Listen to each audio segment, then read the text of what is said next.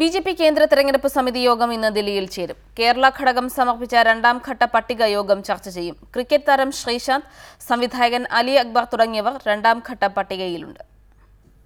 52 മണ്ഡലങ്ങളിലേക്കുള്ള സാധ്യതാ പട്ടികയാണ് ബി.ജെ.പി. സംസ്ഥാന ഘടകം കേന്ദ്ര തെരഞ്ഞെടുപ്പ് സമിതിക്ക് കൈമാറുക. കേന്ദ്ര നേതൃത്വം നിർദ്ദേശിച്ചതുപോലെ പൊതുസമ്മതരെ കൂടി പരിഗണിച്ചാണ് രണ്ടാം ഘട്ട സ്ഥാനാർത്ഥി പട്ടിക. തെരഞ്ഞെടുപ്പ് സമിതി യോഗത്തിൽ പങ്കെടുക്കാനായി ദില്ലിയിലെത്തുന്ന സംസ്ഥാന അധ്യക്ഷൻ കുമ്മനം രാജശേഖരൻ, വി മുരളീധരൻ, പി.കെ. കൃഷ്ണദാസ് തുടങ്ങിയവർ കേരളത്തിന് തെരഞ്ഞെടുപ്പ് ചുമതലയുള്ള ജെ.പി. നദ്ദയുമായി കൂടിക്കാഴ്ച നടത്തും. ചർച്ചകൾക്ക് ശേഷം രണ്ടാം ഘട്ട പട്ടികയ്ക്ക് ഇന്ന് തന്നെ കേന്ദ്ര തെരഞ്ഞെടുപ്പ് സമിതി അംഗീകാരം നൽകിയേക്കും.